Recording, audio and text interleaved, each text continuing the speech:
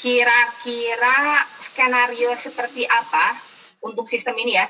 Kalau misalnya kalian pikirkan itu skenario seperti apa yang memungkinkan desain ini tidak akan beroperasi dengan baik. Kira-kira ada yang tahu nggak?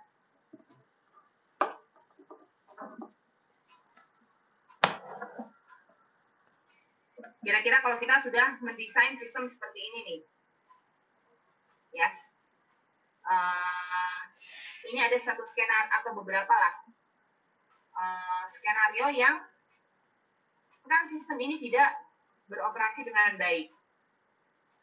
Ada yang tahu nggak?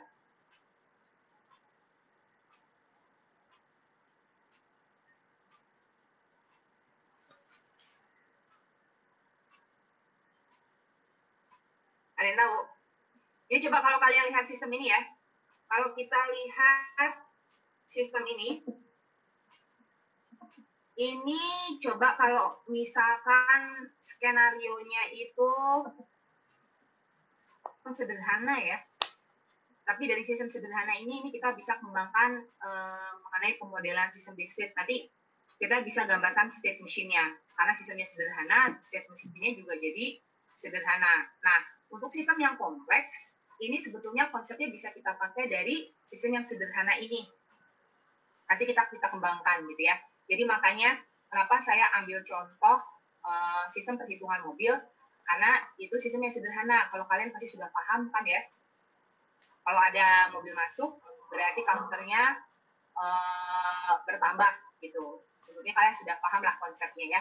Tapi pemodelan formalnya juga harus dipahami ya.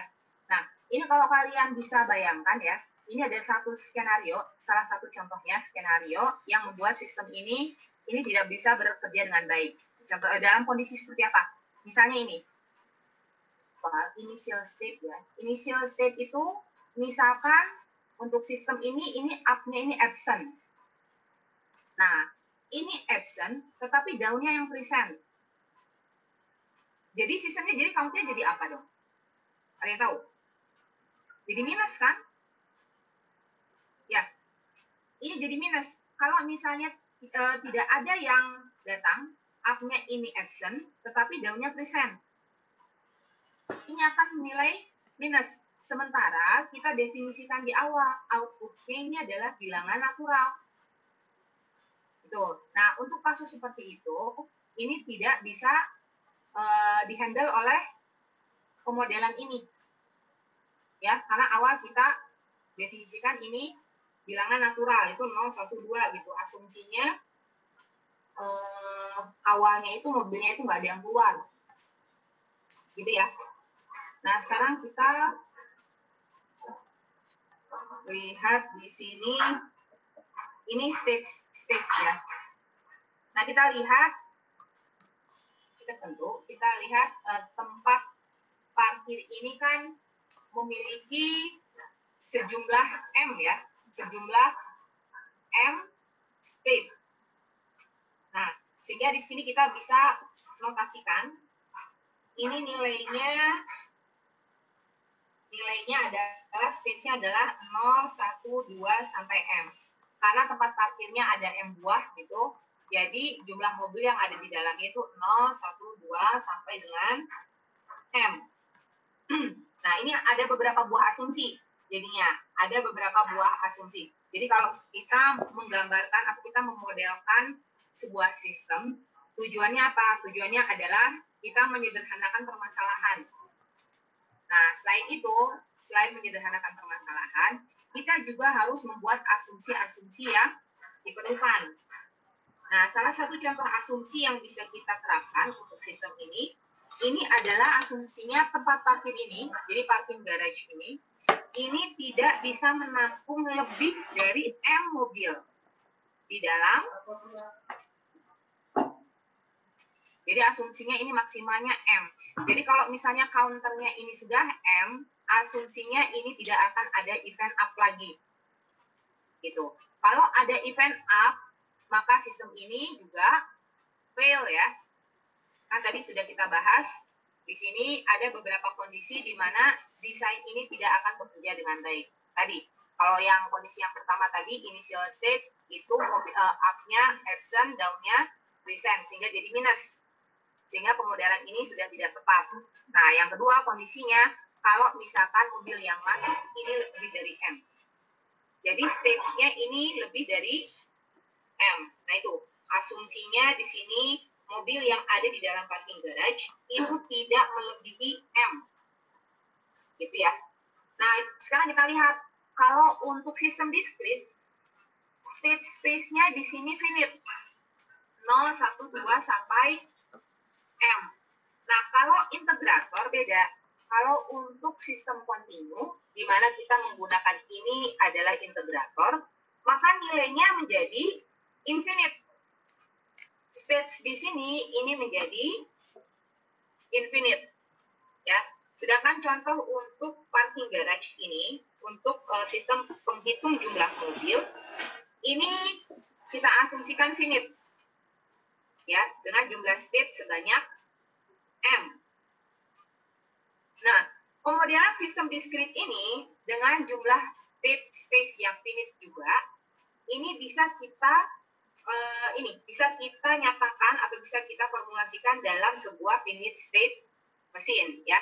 Namanya kan finite state machine. Berarti state-nya harus finite. Karena state-nya harus finite, maka FSM ini hanya kita gunakan untuk sistem discrete. Tidak bisa kita gunakan untuk memodelkan sistem kontinu. Ya. Jadi ini sistemnya discrete, maka bisa kita modelkan sistem ini menggunakan FSM. Di sini FSM ini adalah finite state machine. Ya, jadi syaratnya state-nya harus hingga. Begitu ya. Sekarang kita lihat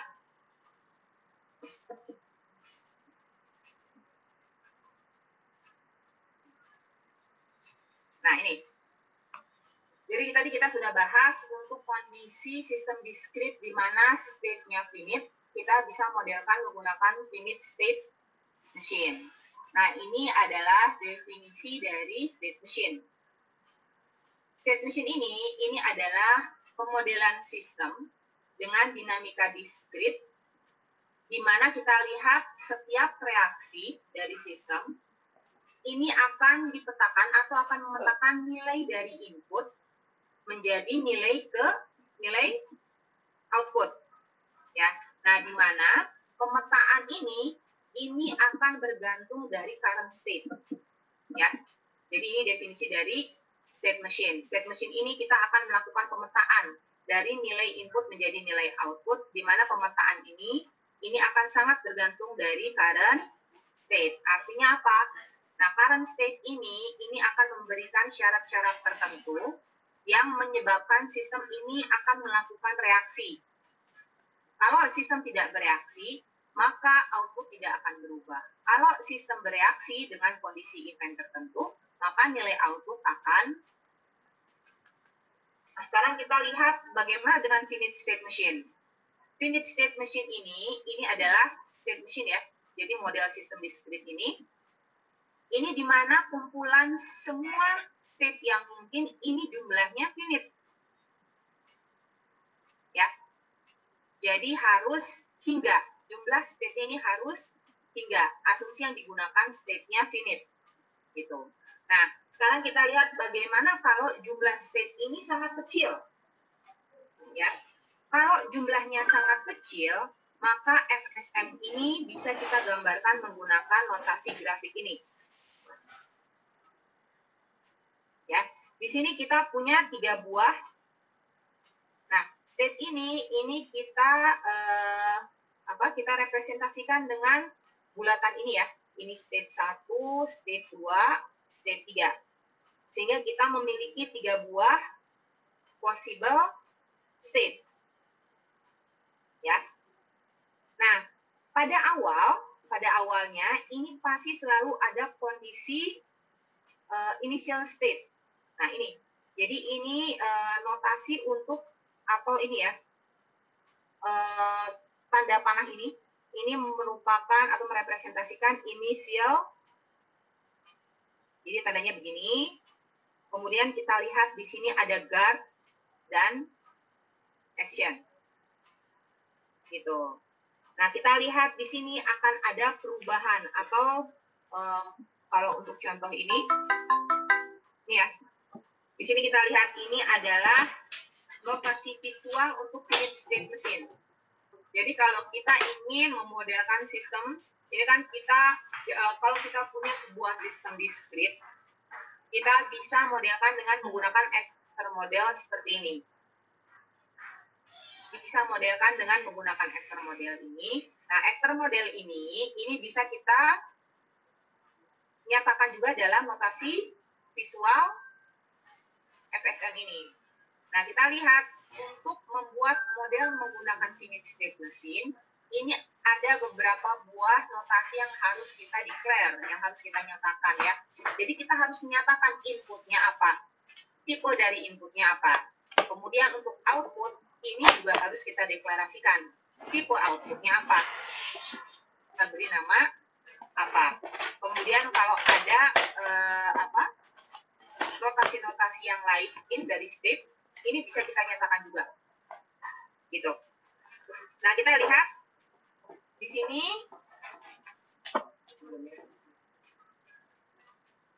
ya. Jadi kita lihat di sini untuk FSM ini akan ada proses transisi. Proses transisi ini definisinya ya, ini berpindah dari state 1 misalnya ke state 2 gitu. Nah, proses transisi ini akan menentukan dinamika diskrit dari state machine yang akan memetakan nilai input ke nilai ya. Nah, ini kalau misalkan kita kenal juga istilah self transition ya. Kalau self transition itu seperti ini. Self transition itu perpindahan state dari satu state menuju state itu sendiri. Gitu. Nah, kita lihat juga di sini perpindahan atau transisi state 1 ke state 2. Ini kita beri label guard action. Ya, seperti ini. Nah, guard ini akan menentukan jika transisi ini akan dilakukan karena adanya reaksi tertentu ya. Ini kalau misalnya transisi ini akan dilakukan untuk transisi ini akan dilakukan jika terjadi reaksi tertentu. Action ini akan menentukan output apa yang akan dihasilkan untuk setiap reaksi. Gitu ya.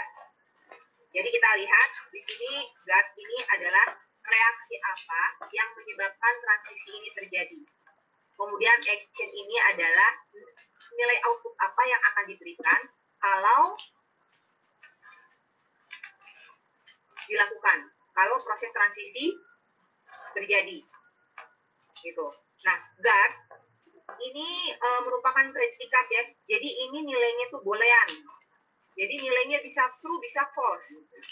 Kalau true, maka akan terjadi transisi. Kalau false, maka tidak akan terjadi transisi. Nah, kalau misalkan guard ini nilainya true, maka kita katakan transition ini menjadi enable. Gitu. Nah, kemudian aksi untuk memberi nilai dari kejadian ini kita sebut dengan action ya. Action yang akan memberikan nilai terhadap output. Oke. Nah, kita lihat di sini. Ini untuk output ini contoh ini ya.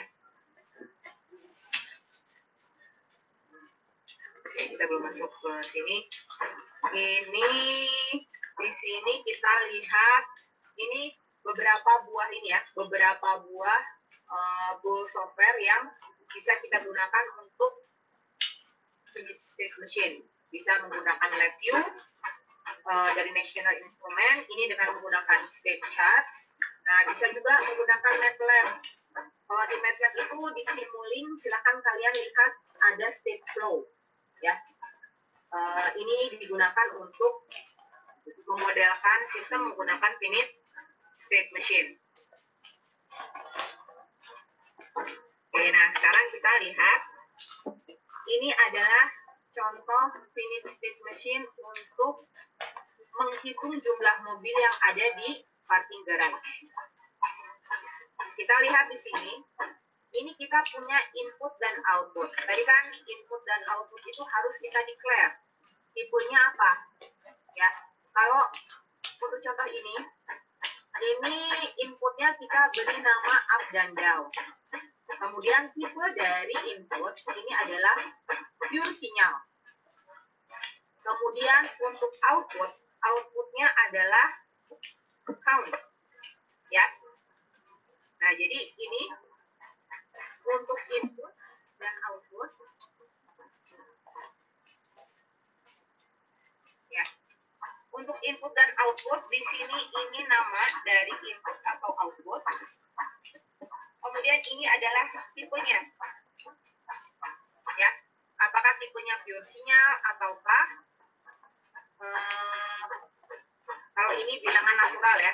Bilangan natural 0 sampai dengan M. Oke. Nah, di sini ini kita lihat kita punya M buah state dari 0, 1, 2 sampai M. Kemudian proses transisi dari 0 ke 1 ini kita tulis dengan gar. Jadi kalau ini bagian yang saya pakai laser pointer ya. Yang ini ya. Jadi kita lihat proses transisi dari satu state ke state lainnya. Ini kita nyatakan dalam GAT. Jadi proses transisi ini akan terjadi kalau nilai GAT ini true. Jadi ini kita definisikan sebagai GAT. Ini sebagai GAT. Kemudian yang satu ini action. Action ini akan memberikan nilai terhadap output. Nah, kalau untuk contoh ini di sini kita lihat untuk perpindahan state atau transisi state dari state 0 ke state 1, ini akan terjadi, reaksinya, proses transisinya akan terjadi kalau up-nya present dan down-nya absent. Nah, ini adalah notasi untuk negasi. Negasi itu kan berarti tidak terjadi, ya. Jadi kalau untuk transisi dari 0 ke 1, ini kalau up-nya present, down-nya absent, maka sistem akan memberikan valuasi terhadap output berupa 1. Nah, sehingga di sini, ini kita berpindah dari state 0 ke state 1. Gitu. Nah, kita lihat untuk contoh ini, karena kita hanya punya satu buah output ya, ini kadang-kadang nilai ini tidak secara eksplisit dinyatakan ya, karena kan output kita hanya satu. Ini dari sini langsung ke sini, gitu ya. Tapi untuk contoh ini kita tuliskan. Nah, sekarang kita lihat untuk, nah ini initial state ya. Initial state-nya adalah 0. Gitu. Nah, jadi ini kalian lihat untuk up dan negasi down. Ini artinya input up-nya present, input down-nya absent. Begitu juga yang lain ya. Kalau yang di bawah sini, ini kalau down-nya present, up-nya yang absent. Maka state akan melakukan transisi dari 1 ke 0. Ya. Ini adalah operasi logik dari sebuah finite state machine. Untuk contoh ini masih sederhana ya, masih belum terlalu kompleks. Kalau ada yang tidak paham, silakan langsung ditanya ya.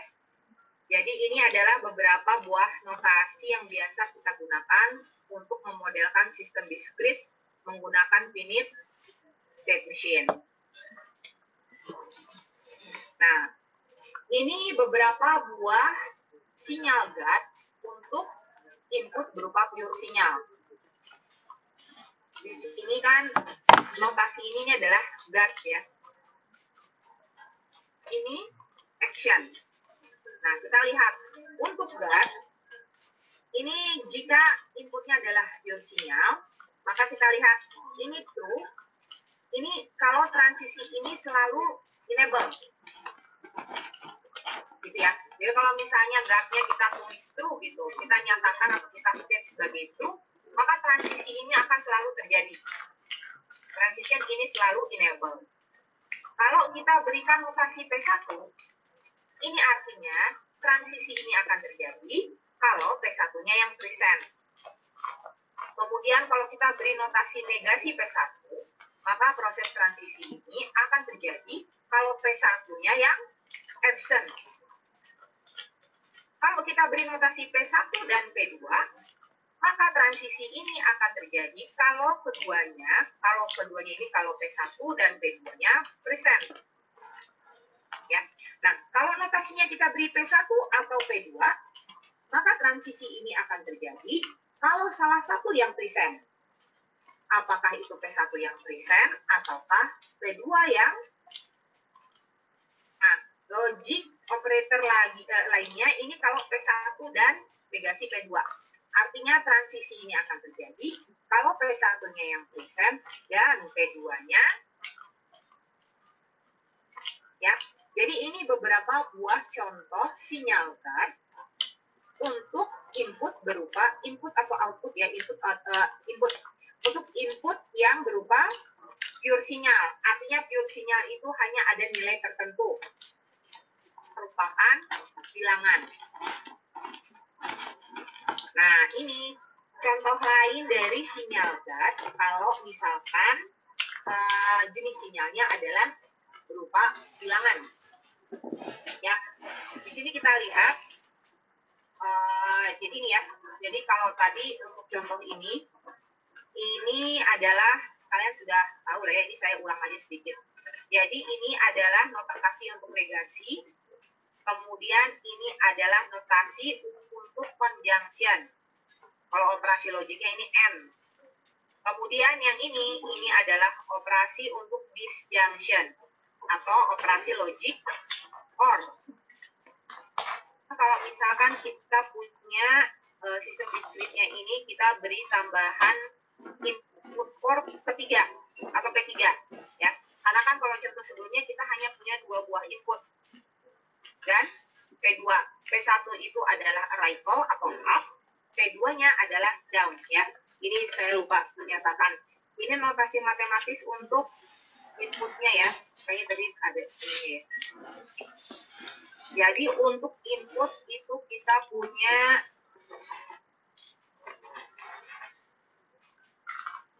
notasi matematis itu penting ya. Kalau konsepnya kita paham, tapi tidak bisa kita nyatakan dalam persamaan matematis, secara ilmiah tidak bisa diterima, gitu ya. Jadi kita paham konsep, tapi di sisi lain kita harus paham juga cara membuat formulasi matematisnya. Ini. Jadi kalau tadi di sini ini ya. Nah ini adalah input port.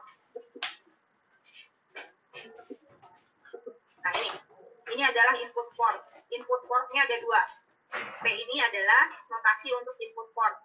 Input portnya ada up dan down. Ya. Nah ini untuk output port tidak kita nyatakan. Kenapa? Karena hanya punya 1. Count saja. Gitu. Nah sekarang kita lihat untuk operasi logik yang kalau misalkan kita tambahkan input portnya, jadi ada 3 buah. Kalau misalnya kita tambahkan input portnya menjadi 3 buah, kemudian kita beri notasi P3 ya. Kita beri notasi input port tambahannya adalah P3. Seperti ini. Seperti ini ya. Nah ini kalau misalkan sinyalnya adalah nilai numerik. P3-nya atau tipe dari sinyal pada input port P3-nya ini adalah M, bilangan natural. Di sini kita lihat, kalau P3, kalau sinyal guard-nya kita beri notasi P3, ini artinya transisi ini akan terjadi kalau P3-nya ini present dan tidak absent. Kemudian kalau P3 sama dengan 1, itu artinya transisi ini akan terjadi kalau P3-nya present dan nilainya sama dengan 1. Nah, kemudian operasi logik lainnya, ini P3 sama dengan 1 dan P1. Artinya transisi dari state ini akan terjadi kalau P3-nya ini nilainya 1 dan kemudian P1-nya ya. Selanjutnya ini P3 lebih dari 5. Ini artinya transisi dari state ini akan terjadi kalau P3-nya present, kemudian nilainya harus lebih dari 5. Ya. Ini juga pasti mudah dipahami ya. Walaupun mudah dipahami, ini harus saya sampaikan.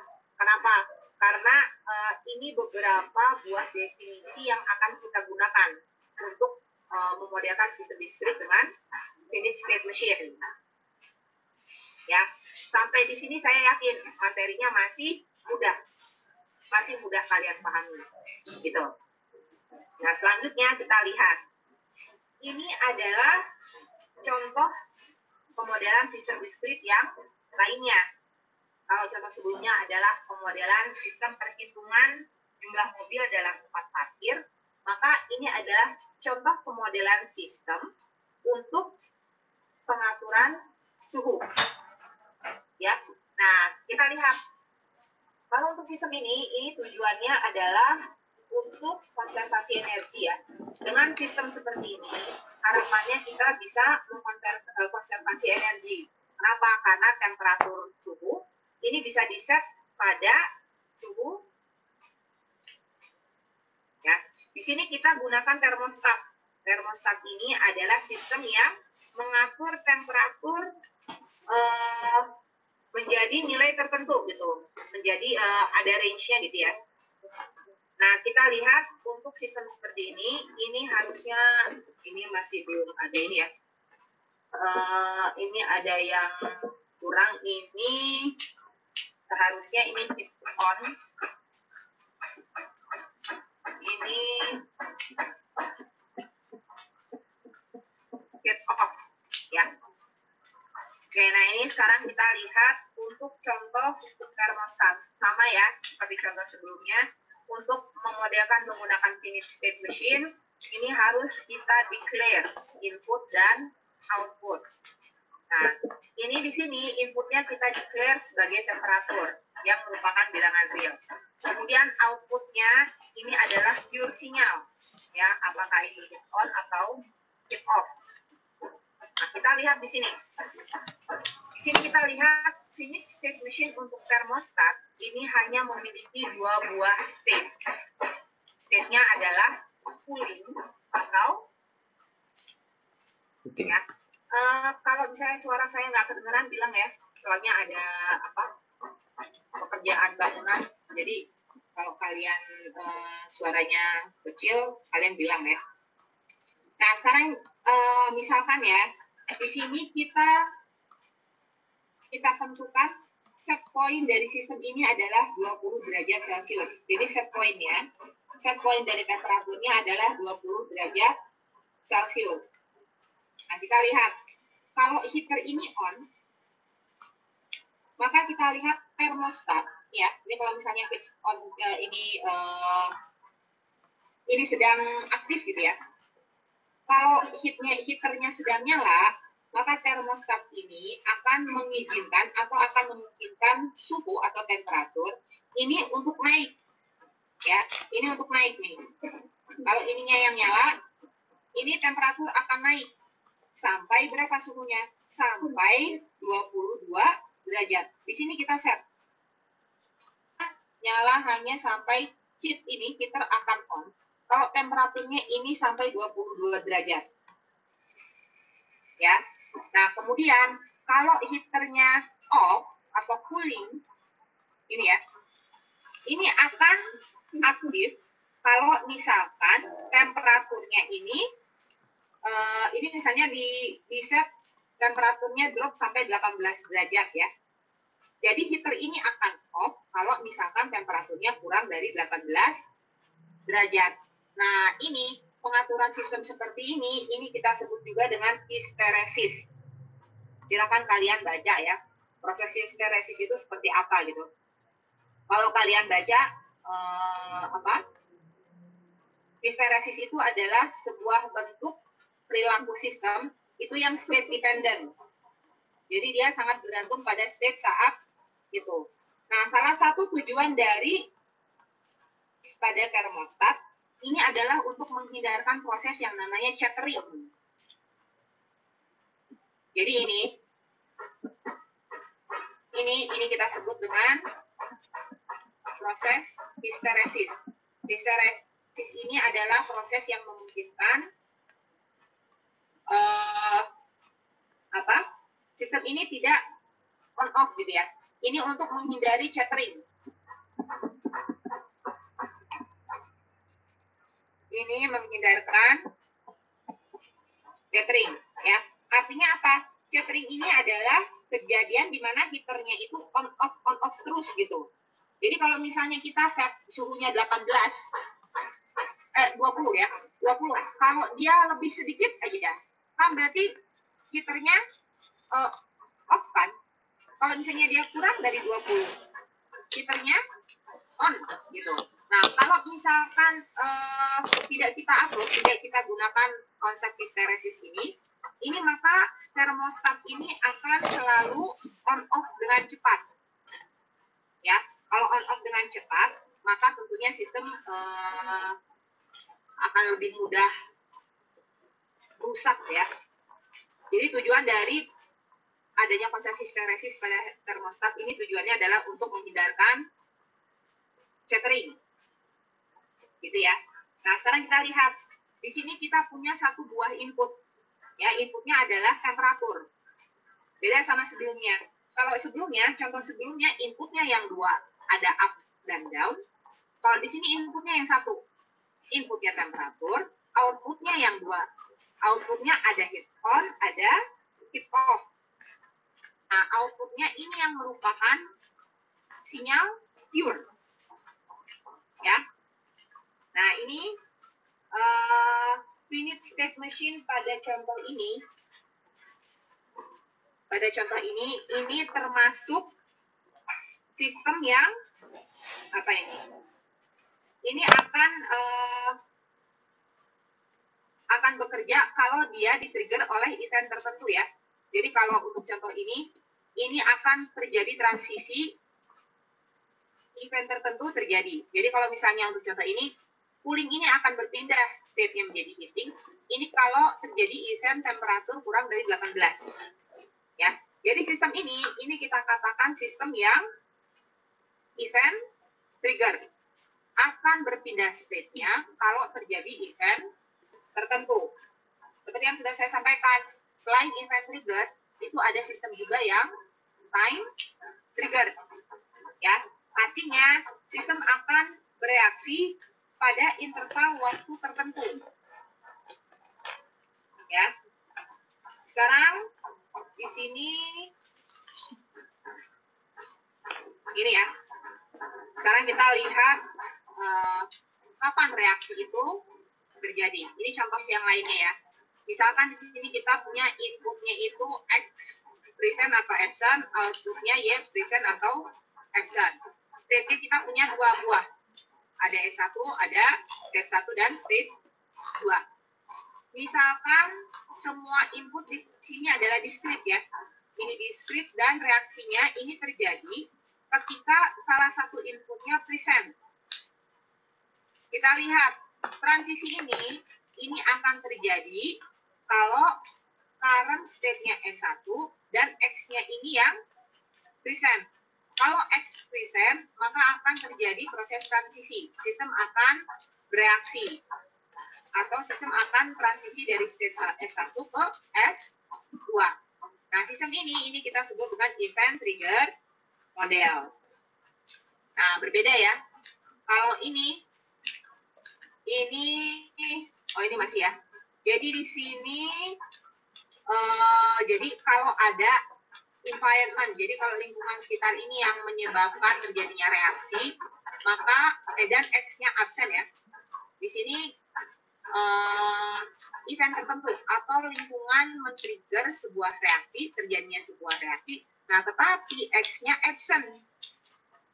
Kalau contoh sebelumnya, X-nya ini present. Ya, ini X-nya present. Sekarang bagaimana kalau environment yang men-trigger suatu reaksi, tetapi X-nya absent? Ya, nah, karena kalau misalnya sistem ini adalah model event trigger, maka kita lihat transisi ini tidak akan pernah terjadi.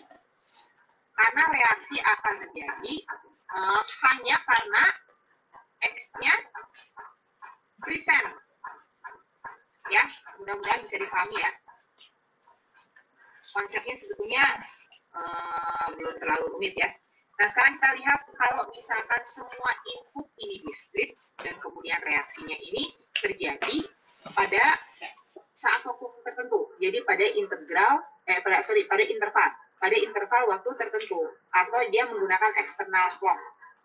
Ya, ini sistem ini kita katakan time trigger model, gitu ya. Jadi untuk waktu tertentu dia pasti melakukan reaksi atau state-nya berpindah, terjadi transisi state. Oke, nah sekarang ini adalah ini ya. Ini adalah contoh dari default transition. Ya. Ini kita lihat ini adalah contoh yang sebelumnya kita bahas ya. Contoh untuk sistem perhitungan jumlah mobil di tempat parkir. Nah, kita lihat di sini, ini default transition ini enable jika tidak ada non-default transition yang enable. Jadi intinya seperti ini sih. Kalau misalkan ya, ini tidak terjadi event apapun. Event apapun, artinya state itu akan selalu berada pada state itu sendiri kan. Ya. Nah, kadang-kadang state tersebut itu tidak perlu kita nyatakan. Jadi ini eksplisit sebetulnya. Tidak bisa kita nyatakan, tidak perlu kita nyatakan. Ya, jadi ini kita beri tanda titik-titik ya. Jadi ini tuh seharusnya ini tuh true ya.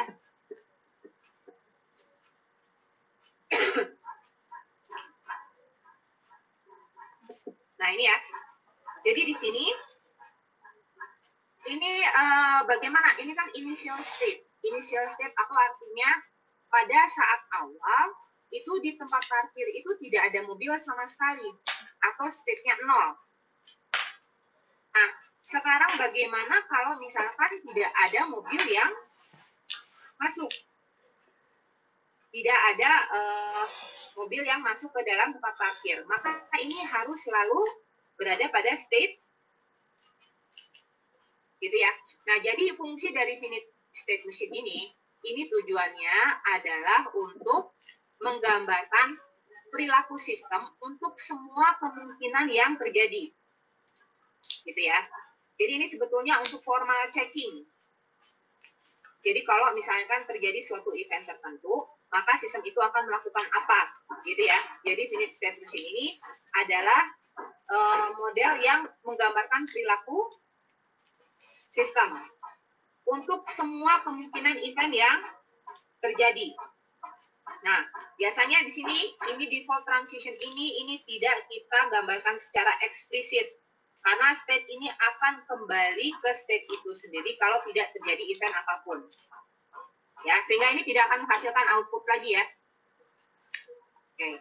Nah, sekarang kita lihat di sini kita definisikan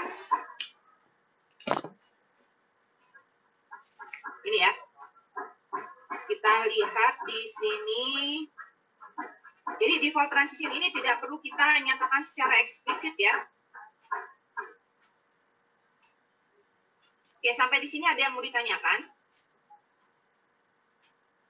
Oke, nah ini kan sebetulnya default transition. Ini bisa saja kita nyatakan tanda garis putus-putus ini bisa saja kita nyatakan Tetapi ini jadinya bukan default transition, tetapi menjadi ordinary transition. Jadi sama seperti transisi biasa. Nah, kalau ini kita nyatakan sebagai transisi biasa, maka ini harus kita nyatakan guard dan action-nya. Sama seperti ini.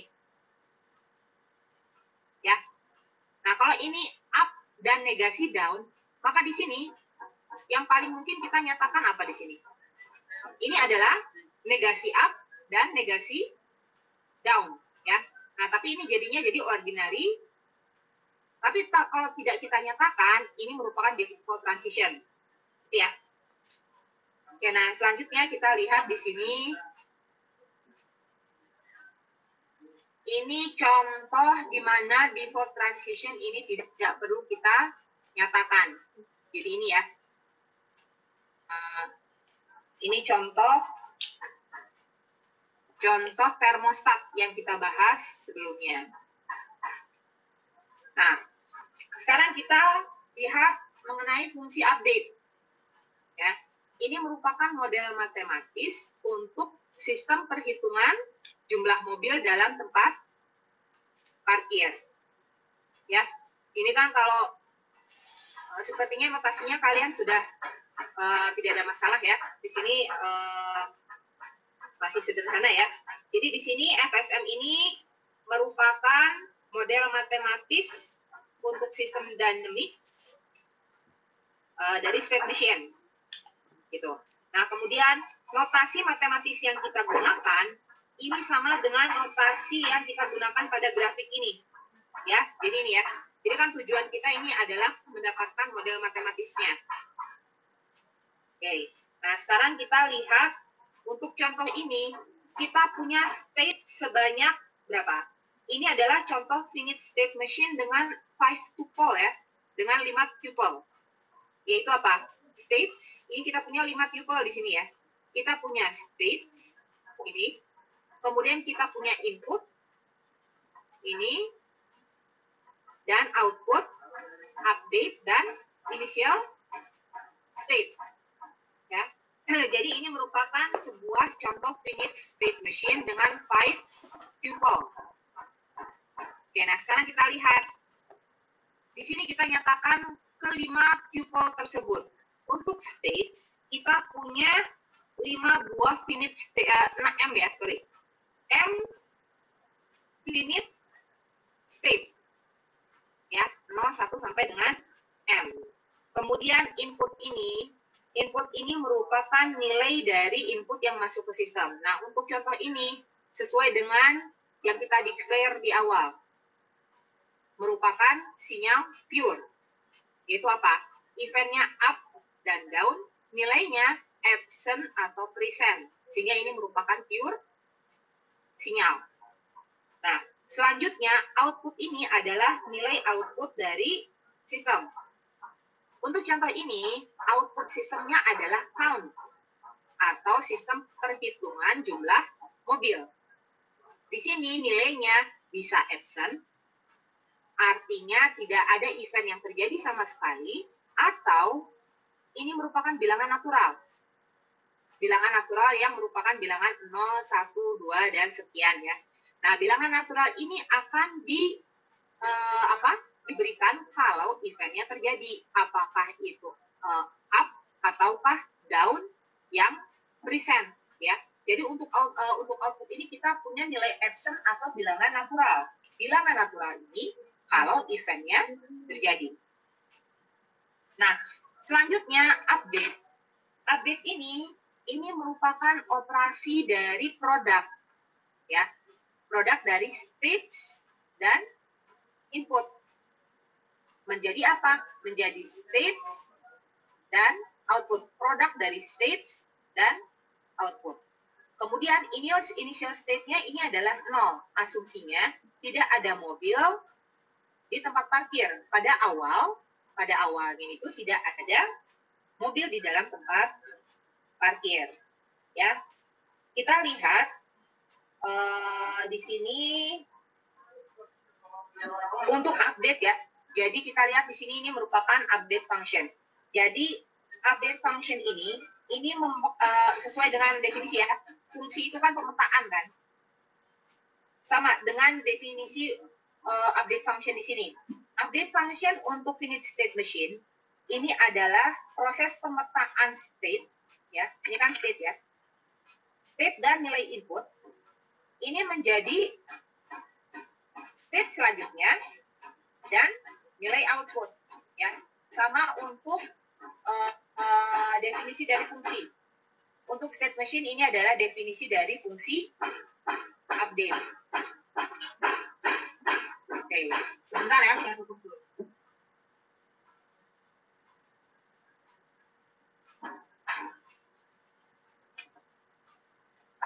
Sampai di sini masih paham ya?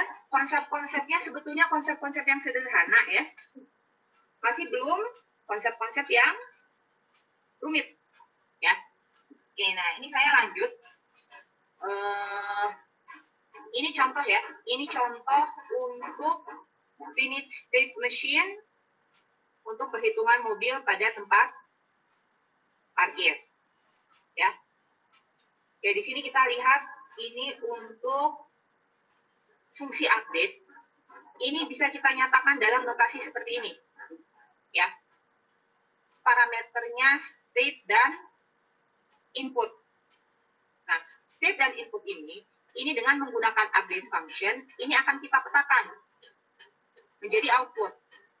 Ya, dengan beberapa buah kondisi. Jadi untuk contoh ini di sini misalkan S ini adalah elemen dari state. Kemudian I ini adalah notasi untuk input. Nilai dari output ini kita beri notasi O. Ya. Nah, kemudian update function ini adalah notasinya seperti ini ya. Outputnya, count-nya ini 0, 1 sampai M dan absent kalau tidak ada satupun ya. Sekarang kita lihat untuk kondisi yang satu.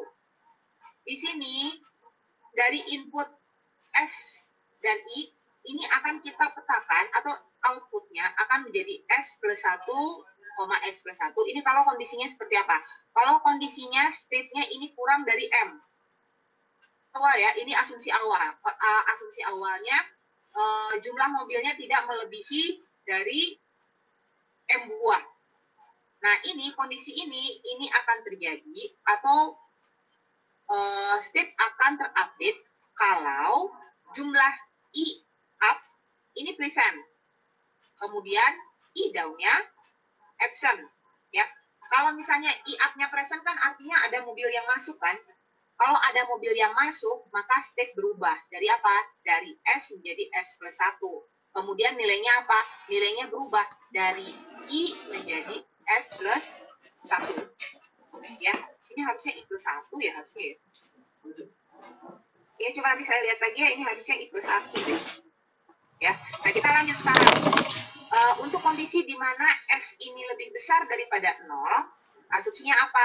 Jadi untuk kondisi awal itu mobilnya tidak ada yang keluar, gitu ya. Kan karena memang asumsi kita tidak ada mobil di tempat parkir tersebut. Kalau misalkan up-nya absent, kemudian I down-nya present, maka state-nya ini akan berubah dari S menjadi S min 1. Ya, output-nya menjadi S min 1. Nah, kalau misalnya dua-duanya tidak ada, maka ini S-nya menjadi, output-nya menjadi, gitu ya. Jadi update function ini bisa kita nyatakan dalam persamaan matematis, model matematis menjadi seperti ini. Ya. Kalau konsepnya sekali lagi saya katakan konsepnya ini masih mudah untuk kalian pahami ya. Oke, nah kita lanjut. Oke ya. Ini ada beberapa buah definisi. Ya. Ini silakan kalian pelajari di buku. Ini ada beberapa buah definisi dari proses transisi. Ya. Ada yang kita kenal dengan stuttering transition. Nah, stuttering transition ini adalah default transition yang terjadi ketika inputnya ini absent. Kemudian ini state-nya tidak berubah. Ya, sehingga tidak akan menghasilkan output apapun. Ya, artinya apa? Artinya maksudnya ini sistem tidak memberikan reaksi apapun ya, maksudnya itu. Jadi sistem tidak memberikan reaksi apapun sehingga tidak ada perubahan lah ya, tidak ada perubahan dari state di FSM. Nah, ini definisi selanjutnya ya. Kita kenal receptiveness. Receptiveness ini adalah sifat sistem di mana untuk nilai input tertentu ya, ini transisinya menjadi enable atau terjadi transisi dengan adanya nilai input apapun gitu ya. Ini untuk semua nilai input maka transisi menjadi enable gitu. Nah, di sini ini jadi ini ya. Jadi kalau untuk input tertentu terjadi transisi. Nah, kemudian ini ada juga definisi dari determinism. Determinism ini artinya untuk setiap state, untuk semua nilai input, ini hanya ada satu buah transisi yang enable. Ya. Ini untuk determinism. Oke. Artinya apa? Artinya kalau untuk determinism itu, untuk input yang sama, maka sistem akan menghasilkan output yang sama. Gitu. Nah, kalau receptiveness ini artinya, sistem ini kita yakinkan tidak stuck. Gitu. Kalau misalnya ada input tertentu, pasti sistem akan terjadi transisi. Dia tidak akan stuck di satu state saja. Itu kenapa? Karena kita punya update function ya, itu artinya ya. Ini update receptiveness dan determinism. Oke, sampai di sini ada yang mau kalian tanyakan tidak? Ini beberapa definisinya sebetulnya konsepnya bisa dipahami ya. Maksudnya konsep yang saya paparkan ini sebetulnya kalian sudah paham sebetulnya ya. Tapi silakan kalau ada yang mau tanya.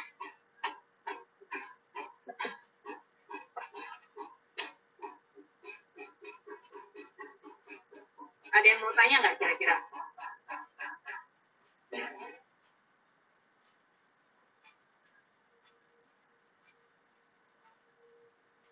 Ada yang mau tanya? Bu, Ya. kalau ini kan beberapa contohnya kan kalau sensornya datanya digital, kalau misalnya sensornya analog juga masih bisa diterapkan nggak ya Bu? Analog. Iya, misalnya sensor suhu gitu. Sensor suhu analog apa digital? Bisa analog, bisa digital ya? Iya, bisa. Nah, ini kan tadi di awal saya udah bilang ya, proses yang terjadi di sensor kan kita tidak bahas gitu ya. Nah, ini kalau misalnya kita punya sensor analog, kan sebetulnya bisa kita lakukan dua proses itu ya, dua proses sampling dan kuantisasi. Jadi yang asalnya sinyalnya sinyal analog bisa kita jadikan sinyal diskrit kan? Iya. Itu ya. Itu kan kalau sinyal analog biasanya kita analoginya dengan sistem kontinu ya. Biasanya sinyal analog itu kita asumsikan, kita analogikan dengan sistem kontinu. Sementara untuk mendapatkan sinyal diskrit itu bisa kita lakukan proses sampling, kemudian kuantisasi. Nah, asumsinya berarti di sini kita sudah melakukan proses itu. Kita sudah lakukan proses konversi dari analog menjadi digital. Gitu ya? Iya, baik. Oke ya. Nah, ini saya yakin sih yang barusan saya jelaskan itu kalian sudah paham semua. Ya, kan ini sebetulnya yang saya jelaskan itu kan konsep-konsep sederhana ya. Tapi yang perlu kalian pahami itu dari konsep-konsep yang sederhana itu kita penting membuat formalnya ya, membuat persamaan formalnya itu penting. Nah, mungkin yang saya tekankan di sini ini adalah bagaimana kita membuat persamaan matematis. Gitu ya. Karena kalau konsepnya saya yakin sih gampang gitu ya, hitung mobil gitu kan. Kalau masuk berarti kita jumlahin, kalau keluar berarti kita kurangin. Itu kan konsep yang sangat sederhana gitu kan. Nah, tapi bagaimana kita membuat model sistem tersebut itu menjadi sebuah ini kayak seperti formal method ya, metode formal. Jadi kita deskripsikan sistem tersebut itu menggunakan persamaan-persamaan matematis ya. Seperti kalau kita modelkan sistem menggunakan finite state machine, itu ada beberapa hal yang memang harus kita lakukan ya. Seperti apa? Seperti kita harus mendeclare input, kita harus mendeclare output, kita juga harus mendeclare adanya guard dan action pada proses transisi state. Terus kita harus perlu kita pikirkan gitu. Nah, satu hal lagi, finite state itu penting. Kenapa? Karena finite state machine ini kita harus menggambarkan perilaku sistem ini untuk semua kemungkinan yang akan terjadi. Jadi, misalkan kalau skenarionya sistemnya itu A gitu, misalnya kayak tadi ya. Misalnya mobilnya awal, kalau tidak kita state initial state-nya ya, misalkan awal itu tuh up-nya absent atau yang masuk 0, tapi ada yang keluar di part. Nah, sistem kita ini tidak mengakomodasi kondisi seperti itu. Gitu. Nah, kondisi lainnya bagaimana? Kalau misalkan mobil yang masuk ke dalam tempat parkir itu misalnya lebih dari M, bagaimana? Nah, itu juga kan tidak bisa diakomodir oleh sistem ini. Nah, hal yang lain, ini kan sebetulnya juga konsep sederhana. Model yang sebetulnya dari konsep yang sederhana ini punya impact ke hal yang lain ya. Misalkan apa? Misalkan kita punya display yang hanya mengakomodir nilai tertentu. Ya. Misalkan kalau misalnya displaynya 2 digit gitu. Kan nilai akhirnya hanya 88 kan? Bagaimana kalau misalnya 100 gitu? 100 kan tidak bisa diakomodir oleh sistem ya, karena misalnya display kita hanya 2 digit. Yang kita pelajari ini sebetulnya punya impact ke hal-hal yang lain gitu. Tapi konsep yang sederhana ini harus kita pahami. Begitu ya. Oke, kalau tidak ada pertanyaan kita break dulu ya, setengah jam. Jadi kita mulai lagi nanti sekitar jam 3:05. Kalau tidak ada pertanyaan kita break dulu setengah jam ya. Putus-putus. Suara saya putus-putus. Suara saya putus-putus ya.